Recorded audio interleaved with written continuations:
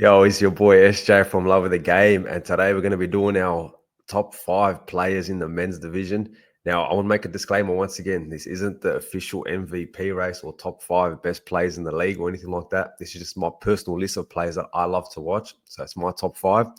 We've also got a new segment. Look, I'm going to be covering the NBL1 East for the foreseeable future. Fingers crossed. So every season, I'm going to induct the Hall of Fame player. And this season, we're going to start it off. So, yeah, tune in to find out who it is. But for now, if you do like the show, like and subscribe. But yeah, for now, kick back, relax, and enjoy the show. You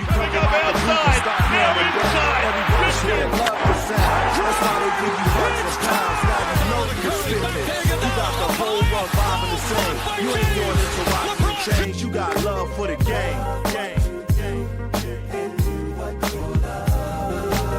So, look, we're just going to start it off real quick, nice and easy. At number 5, you got the MVP of the league, Todd Blanchfield. And, man, what a pleasure it is to have Todd Blanchfield. He has taken the NBL1 East to another level. The Illawarra Hawks have locked in their marquee man for another 2 years. So, NBL1 East fans, you can expect to see Todd Blanchfield in the MVP race again next season, the year after that, and goddamn, however long he wants to play. That Illawarra Hawks region is absolutely booming at the moment, and I've been to about 2 or 3 of their home games, and man, that crowd is always packed, even for the women's game. So shout out. I also want to show a lot of love to the whole Illawarra Hawks team, man. Like, they won 2 games last season. They got Coach Flynn back, and they made it all the way to the grand final. They were unlucky to win. But I want to give a shout out to CJ Marin, Kobe McDowell-White, Maddie Mims, Dante Bruden, Lockie Dent, Bradley Ballinger, Kyle Leslie. Like, those boys, they play basketball in a beautiful fashion. Like, if you love basketball, you love watching the Illawarra Hawks play. And it all starts with the whole Todd Blanchfield, aging like fine wine. Man, that guy was lights out. Look, as I said, this isn't a show about who is the top 5 players or anything like that, so I'm not going to really put in numbers. But, man, he was jacking off shots, getting every single bucket that he wanted, man. Man in his face, no worries. Hand down, man down. Todd Blanchfield was that man. Seeing him play with that much confidence kind of just gave confidence to the rest of the team, and you saw that late season push they had. I think he missed 2 games, 1 game against Hornsby. I think they got blown out by 25, 30 points. And that's when the team was like, hey, you know what? Hey, like, we got Todd Blanchfield, but let's pick it up. Todd Blanchfield came back, and then that team just went boom. And then they made it all the way to the finals. So, look, the Illawarra Hawks are definitely going to be a force to reckon with again next season. And shout out to Todd Blanchfield for staying another 2 years, committing to the Illawarra region.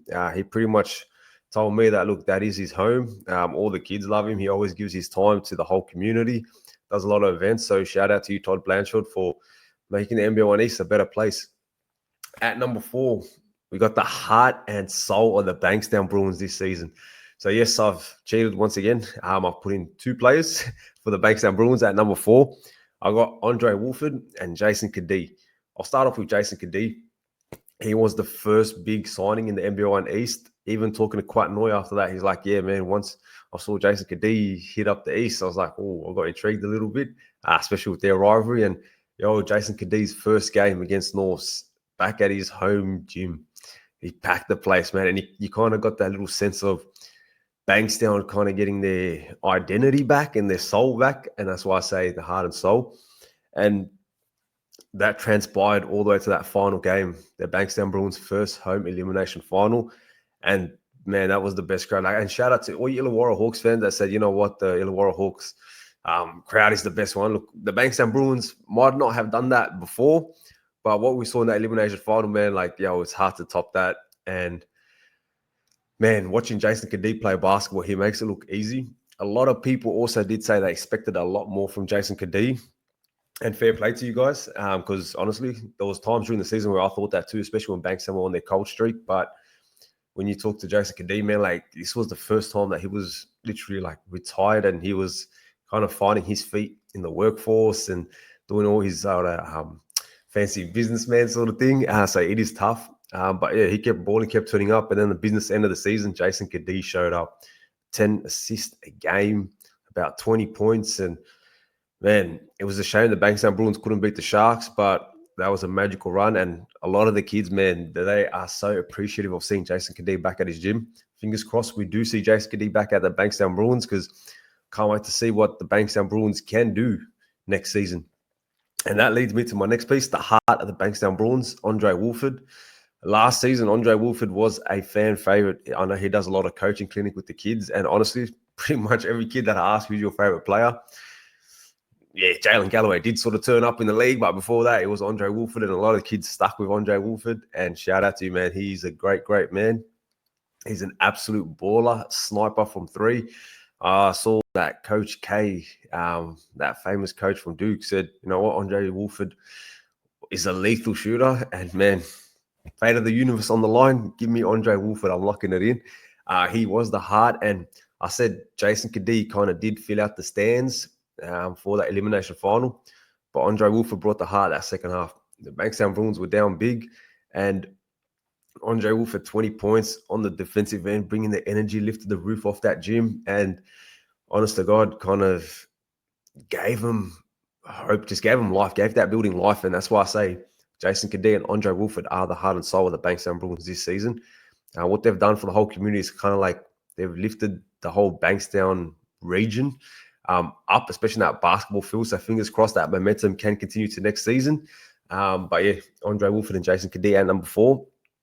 At number 3, I got Bawali Bowles from the Sydney Comets.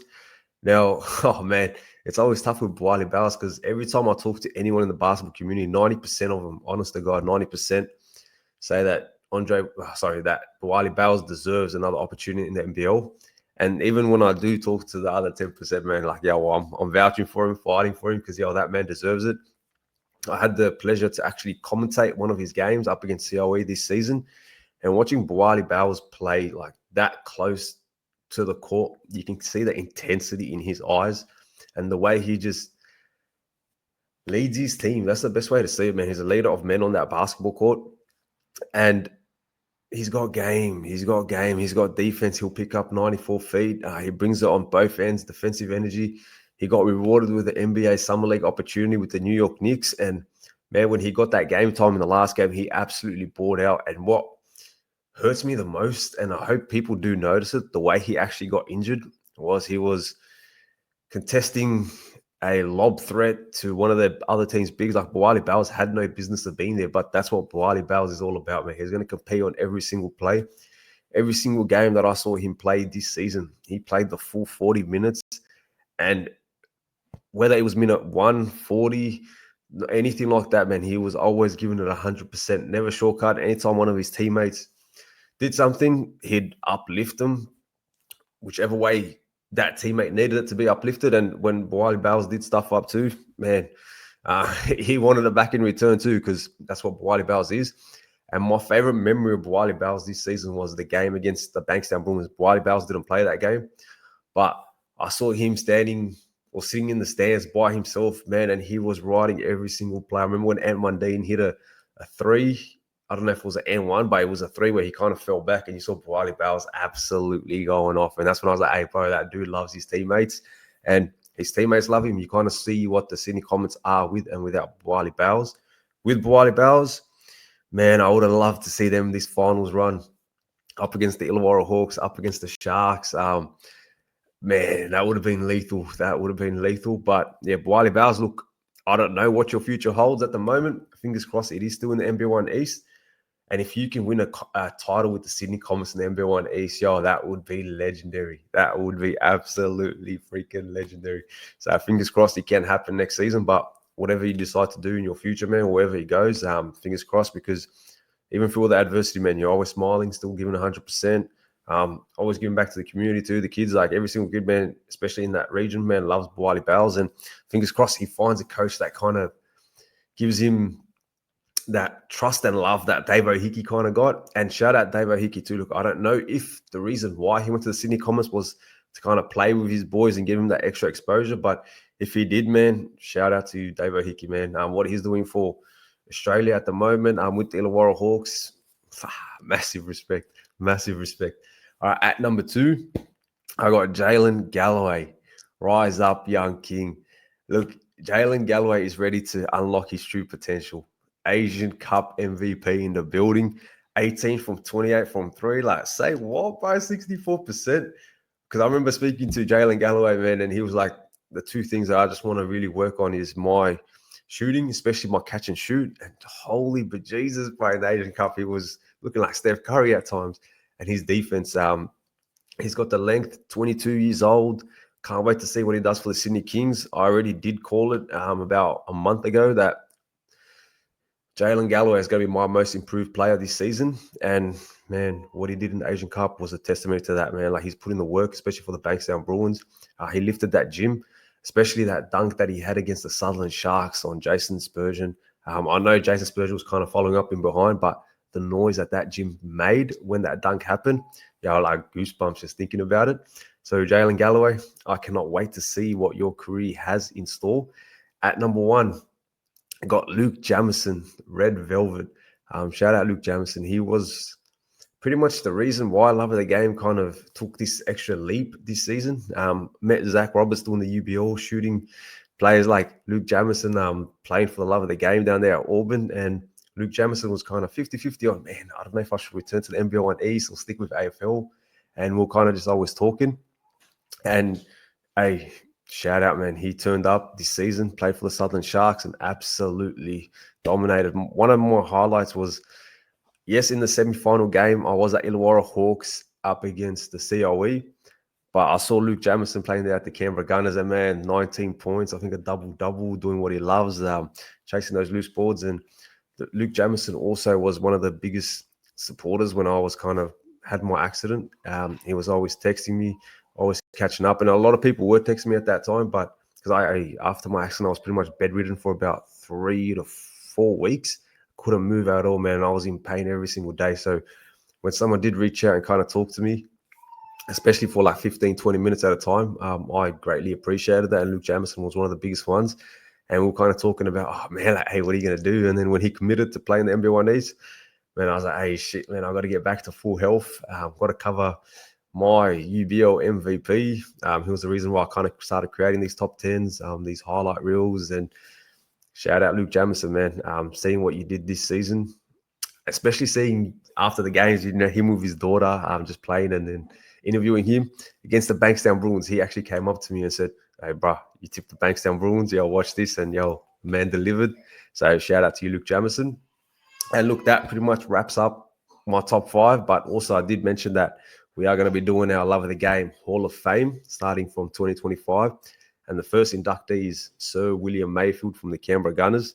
I have trademarked Death, Taxes, and Sir William Mayfield coming in clutch. Yo, the Curia. Look, William Mayfield has always given me the time of day. And in the grand final, I was like, man, and you know what sucks about the grand final too? A lot of people were like, man, you were neutral all season and now you're tipping someone. I was like, hey, man, look, 98% of the season, I was neutral as hell. And if the Illawarra Hawks, man, I had a lot of love for the Illawarra Hawks boys, but I was like, man, you know what? If I was going to do a play, it'd have to be for William Mayfield. And reached out to his family and got a William Mayfield shirt. Seeing the support that he gets, man, like he's, 24? I know that he said he's got a lot of possibly like DP contracts in the past, but he's loving life and he's a testimony to doing it for the love of the game. Like he's living life, working hard, getting engaged, and basketball is pretty much like a bonus at the moment for him. Whatever comes out of it, comes out of it, but he's loving life. And shout out to you, Will Mayfield, man. Love of the game, Hall of Fame, inductee number 1 for 2025, Sir William Mayfield. Peace. And as always, man, if you do like the show, make sure you like and subscribe.